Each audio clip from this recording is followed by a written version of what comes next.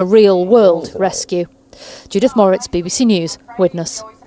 And finally to the moon. We've been skywatching tonight. The first full moon of 2020. There it is, high above London.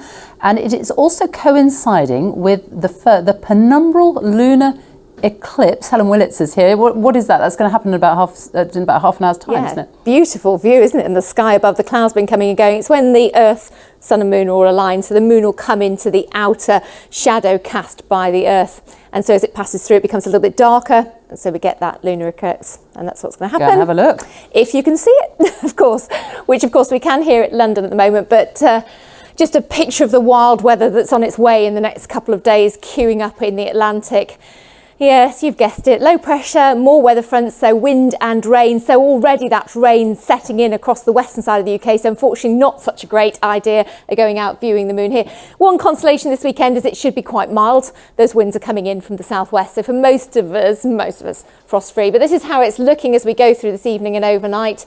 Heavy rain there, those strong and gusty winds picking up. At least they, as I say, will lift the temperature in the south and east. Quite chilly actually initially this evening if you are heading out to view the moon. That's where you see southern and eastern areas, the best picture through this evening and early part of the night. But it's mild, temperatures falling to 2 or 3 but picking up to 8 or 9 by the end of the night. So far cloudier tomorrow and windier, and for the northern half of the country wetter too. Possibly 100 millimetres of rain for some parts of Scotland, Northern Ireland, Northern England before it finally clears away, and it should brighten and dry a little in the north later. But the winds also the other part of the story, very strong and gusty. Gales, severe gales in exposed areas, and really gusty, for example, for the Transpennine routes through the night and through tomorrow as well. So high-sided vehicles beware. It's mild and it stays mostly dry in southern and eastern areas, and still, as I say, quite a mild night here. But we will just see a little bit of frost in the glens tomorrow night, which means Sunday is a brighter day for most of us, brighter and dry. We've still got that rain to clear, so that will eventually head into England and Wales through the night, or the southern half of England and Wales. It clears away, the showers ease, and it looks like a much brighter, slightly chillier afternoon.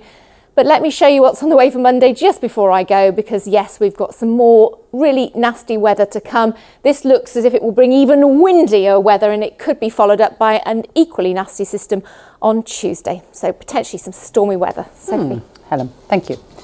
And that is all from the BBC News at 6. It's goodbye from me on BBC One. We're joined the BBC's news teams where you are. Goodbye.